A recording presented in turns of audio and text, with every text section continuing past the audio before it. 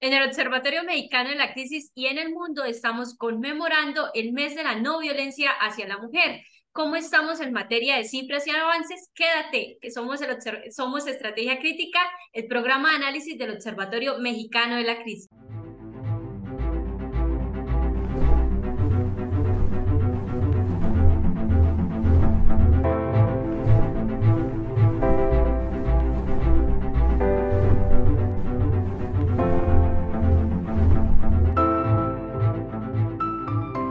Como ya les mencioné, en Estrategia Crítica estamos analizando un importante tema, estamos conmemorando el mes de la no violencia hacia la mujer. Por eso nos acompaña la doctora Temisa Montes, nuestra analista, nuestra directora ejecutiva, para que nos hable más sobre este importante tema. Bienvenida, doctora, aquí a Estrategia Crítica. Hola Karen y un saludo a toda nuestra audiencia. Como todas las semanas, gracias por acompañarnos en Estrategia Crítica para analizar este tema tan importante. Recuerden, si les gusta este video, ayúdenos a hacerlo viral, denle like y compártanlo con todos sus grupos y redes. También recuerden quedarse hasta el final para conocer nuestro dato curioso y suscribirse a nuestro canal. Es importante conmemorar todo el mes de noviembre como el mes de la no violencia contra la mujer y desde las organizaciones realizar un trabajo no solamente de un mes, sino todo el año. No solo en estas fechas conmemorativas, porque el machismo estructural que no normaliza las violencias contra las mujeres no se cambia de un momento a otro y todo lo que se sume a erradicarlas es bienvenido. Por ello, que sea difícil lograr cambios no nos puede frenar en la apuesta por erradicar todo lo que impida el cumplimiento total de los derechos humanos femeninos, los cuales no se agotan en la protección integral, los derechos políticos, la autonomía económica o el derecho a la salud con calidad, sino que se debe tener una mirada holística para que todas las mujeres del mundo, sin importar su condición social, su religión, cultura o edad, puedan desplegar sus capacidades y vivir seguras y libres. Bueno, doctora, ahora sí, adentrándonos en lo que es este análisis respecto al mes de la no violencia contra la mujer. Doctora, ¿cuáles son esos tipos de violencia hacia la mujer que tenemos que se presentan en México y también en el mundo? Este tema es muy interesante porque precisamente como decías en la introducción, Karen, pues es un tema multidimensional. Las formas de violencia contra las mujeres adquieren distintas perspectivas o gamas. Tenemos la violencia física que se manifiesta en lo que conocemos como los feminicidios, que es el caso más extremo, la violencia doméstica o, por ejemplo, el acoso sexual, que serían como las manifestaciones físicas de las violencias contra las mujeres. Pero también tenemos lo que es la violencia económica, que puede ser el control del dinero que gastan las mujeres o también en cierta forma una dimensión que tiene que ver con la disparidad salarial, como hablábamos en el mes de septiembre, que es la fecha que utilizamos para recordar el tema de las disparidades salariales. También está algún tipo de violencia, por ejemplo, la violencia obstétrica o la violencia incluso de la invisibilización. Por eso hablamos de, en términos generales, de las violencias, pero también hablamos de, en la medida en que vamos adquiriendo mayor conciencia de que estas son formas de violencia, pues podemos empezar a combatirlas y eventualmente a erradicarlas, es decir, a que desaparezcan.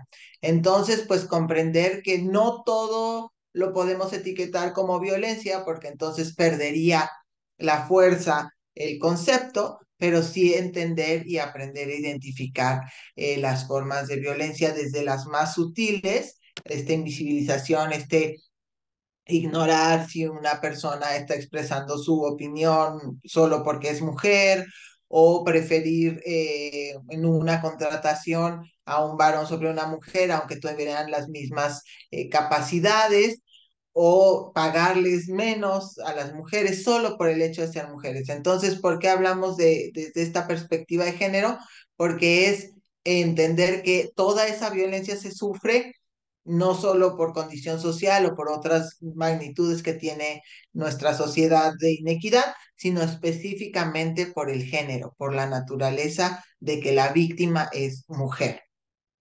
Doctora, y hablando de cifras, ¿cómo está la violencia en cifras hacia la mujer en México? Tenemos las cifras en materia, vamos a hablar de lo que sería la violencia física, que fue con la que empezamos a hablar de las formas de violencia. Y bueno, en este caso sabemos que desafortunadamente en México ha crecido mucho la violencia contra las mujeres, esta forma de violencia que llamamos extrema, que son los feminicidios. Por ejemplo, ya en 2020 se registraban 3.723 feminicidios, pero sabemos que todas estas cifras de violencia contra las mujeres se acrecentaron durante el periodo de la pandemia, entonces nos podemos imaginar que ya estamos pues en números mucho más altos. La estadística que tenemos es la del 2020.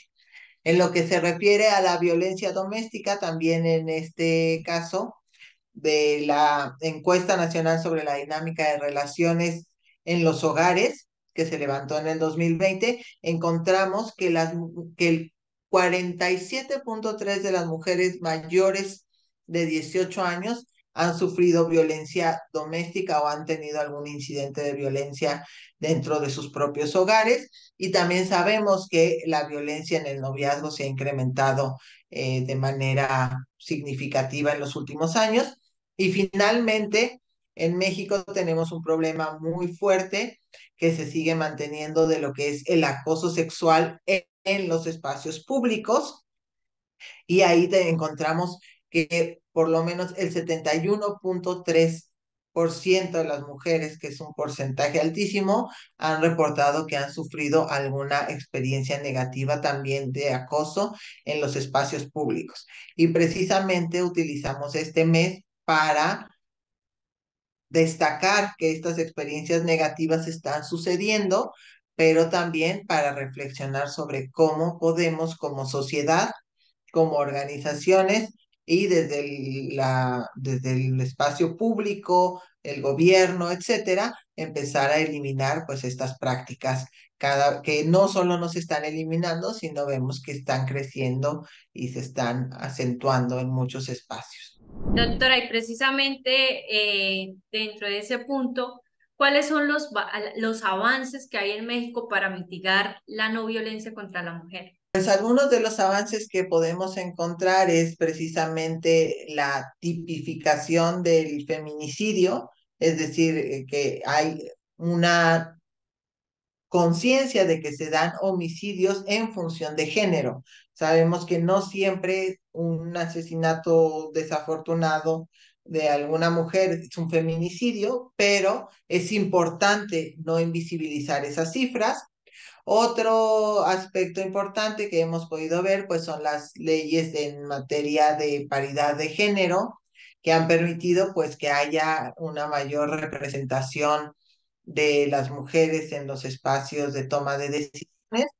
Y ahí, pues lo importante es que esos espacios se conviertan en articuladores de políticas públicas que transformen la vida de las mujeres de manera real y que entonces generen iniciativas que permitan no solo tener paridad, sino una cotidianeidad sana, que promueva el desarrollo de las mujeres y que también permita fortalecer su participación en la sociedad dentro tanto de sus propios hogares como en los espacios públicos. Entonces, algunas iniciativas han surgido, pero todavía tenemos mucho tiempo por delante para sacar iniciativas más importantes. Hemos visto a lo largo de los últimos años, también desde la perspectiva de la sociedad civil y de las propias mujeres, pues las manifestaciones del 8 de marzo, que son cada vez más multitudinarias.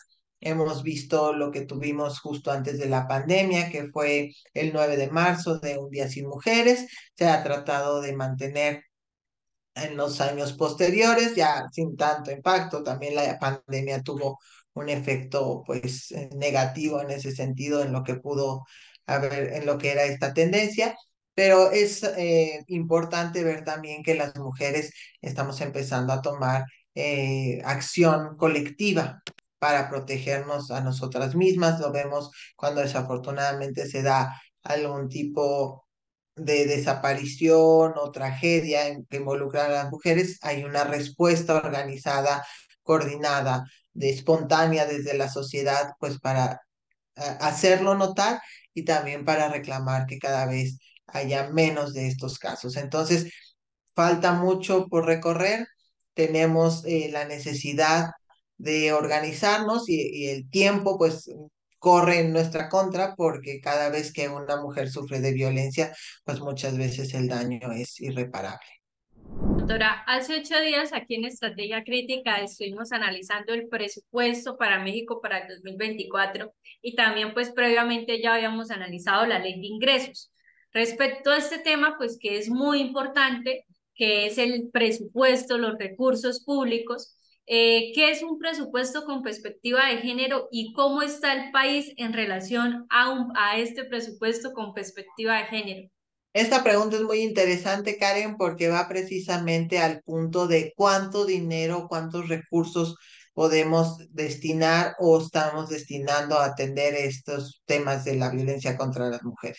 Pues un presupuesto con perspectiva de género, digamos que tiene dos dimensiones.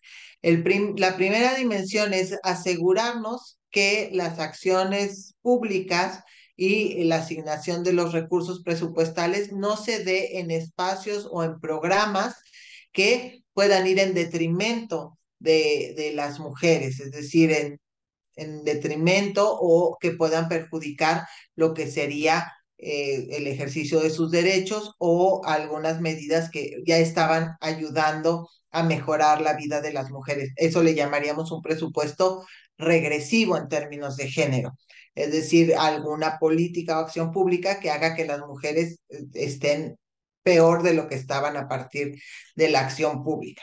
Desafortunadamente, pues sí hemos visto algunas que se han dado, por ejemplo, el tema de la desaparición de las guarderías, de lo que se habló mucho al principio de esta administración, pero también hay otros temas que aunque no son tan evidentes, tienen un perjuicio sobre lo que serían los derechos de las mujeres o el ejercicio de los derechos de las mujeres. Eso es lo que llamaríamos la perspectiva de no regresividad en el presupuesto. Y tenemos la otra parte, que sería la progresividad en el presupuesto, es decir, generar, diseñar políticas públicas específicas diseñadas para avanzar los derechos de las mujeres, para proteger los derechos de las mujeres o eliminar la violencia contra las mujeres desde una estructura presupuestal. La mejor forma de hacer esto es a partir de la creación de programas de protección de los derechos de las mujeres o de las mujeres en general, porque sabemos que muchas veces los recursos se canalizan a partir de programas específicos. Si no hay un programa específico, es muy difícil que se generen acciones concretas. En la administración pasada se hablaba de la transversalidad y es algo que es deseable, por lo que se ha peleado muchísimo la transversalidad de género, pero a veces esa transversalidad eh, permite que se diluyan las acciones, es decir, que cualquier acción que finalmente se esté desarrollando desde la política pública se puede decir, ah, y también tiene un impacto positivo de género, como un extra, ¿no? Como un apellido que se le pone. Entonces, es muy importante que desde los presupuestos sí se diseñen medidas, estrategias, políticas públicas orientadas a los temas de género y a los avances de la vida, de una vida libre de violencia para las mujeres. En México tenemos candidatas a la presidencia, Claudia Sheinbaum y Xochitl Gálvez, y dentro de este escenario, ¿cómo analiza el impacto que pueda tener si queda pues una presidenta en México? ¿Qué significaría para México y pues también para la región? Esta pregunta yo creo que está en la cabeza de muchas personas. ¿Cómo cambiará la situación de las mujeres en México a partir de que lleguemos, como puede ser el próximo año, a tener una mujer presidenta? ¿Qué impacto va a tener eso? Supongo que como todo no podemos siempre asumir que porque alguien es de un género o de una una situación específica socialmente, va a generar por sí mismo una transformación. Siempre lo que decimos, esto se tiene que hacer desde una planeación, desde un diseño de política pública. Lo que sí nos da la oportunidad de tener mujeres candidatas a la presidencia y que parece que ya esa será la situación el próximo año, que queden ya nominadas como candidatas de las distintas fuerzas y que finalmente alguna de las dos quede en la presidencia de la República, es como país hablar sobre estos temas, sobre decir cómo se ve una presidencia con una mujer, cómo las mujeres podemos impulsar una agenda desde esta perspectiva de género de la que estábamos hablando, cómo se construiría una política pública distinta, cómo habría un presupuesto distinto. Lo decíamos en las semanas pasadas, el Ejecutivo es el que presenta el presupuesto. Entonces, ¿qué presupuesto presentará en términos de perspectiva de género una mujer presidenta? Es muy importante esto, ya hemos visto pues el gabinete con cada vez mayor participación de mujeres, el Congreso con mayor participación de las mujeres, y no podemos todavía ver con mucha claridad que eso se haya traducido, o incluso gubernaturas con mujeres, que se haya traducido realmente en una forma distinta de atender la problemática de las mujeres. Entonces, pues este tema no hay que esperar a que queden una u otra de las candidatas o si se abren algunos otros candidatos, y finalmente pensar que este tema del que estamos hablando y que el género no es un tema solo de las mujeres, es un tema de todos, porque finalmente todos vivimos en esta sociedad y no es beneficioso para nadie que un grupo social, por cualquier razón, esté en desventaja o esté siendo víctima de violencia. Entonces, es una buena oportunidad para hablar del tema, para ponerlo sobre la mesa, para preguntarlo una y otra vez, porque desafortunadamente es uno de los problemas que más nos lastiman como sociedad en México. Y bueno, las candidatas y quienes queden como candidatos o candidatas tienen que abordar este tema y tienen que ofrecernos propuestas concretas de acciones específicas para finalmente en México podamos erradicar esto que es tan doloroso para nuestra sociedad desde hace ya muchos años. Bueno, doctora, usted lo dice, es uno de los problemas más preocupantes en México y pues también en el mundo. Y ya siempre en el observatorio también tenemos esa perspectiva global y dentro de esta perspectiva global quisiera preguntarle, doctora, ¿hacia dónde va el mundo en cuanto a políticas y soluciones para hacer espacios más equitativos para la mujer? Empezamos hablando de México, pero sabemos que esta pues es una conmemoración global precisamente porque la situación de las mujeres desafortunadamente en el mundo y en todos los países, puede ser desde los países más desarrollados hasta los pequeños estados insulares, las mujeres siempre en cierta forma seguimos estando en desventaja en muchos aspectos, pueden ser económicos, políticos o sociales, y víctimas de estas distintas dimensiones de la violencia. Y por eso es una conversación que tenemos que seguir teniendo, que hay iniciativas. Sabemos que en la Agenda 2030 está el objetivo 5 que se refiere precisamente a la equidad de mujeres y niñas.